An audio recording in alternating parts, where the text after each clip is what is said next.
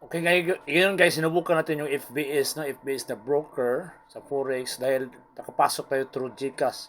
So sabi dito, pag GCash ang nag-deposit ka, GCash ka rin withdraw. So nasubukan ko kagabi nag-withdraw ng mga 3,000 pesos. Dati kung automatic, minutes lang. So ngayon try natin, may profit kasi tayo ngayon na mga 5.29, try natin kunin. At dito sa live trade to ha.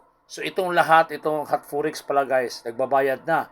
Sa hindi pa yung dati ko mga sobra $100 or $200 kung ito pala mga latest ko. So consistent yan ang kita ko sa FBA. So ngayon try natin wini-withdraw. So may pagka yan ang live na nag-withdraw ko through GCash, no? Hindi na ako gumagamit ng online banking. So para at least makita natin na ito'y talagang yung instant, instant na bayad. Mas maganda. So dito na masubukan. So ngayon so yan guys, naka-process tayo. Maya-maya, check natin ang GCash.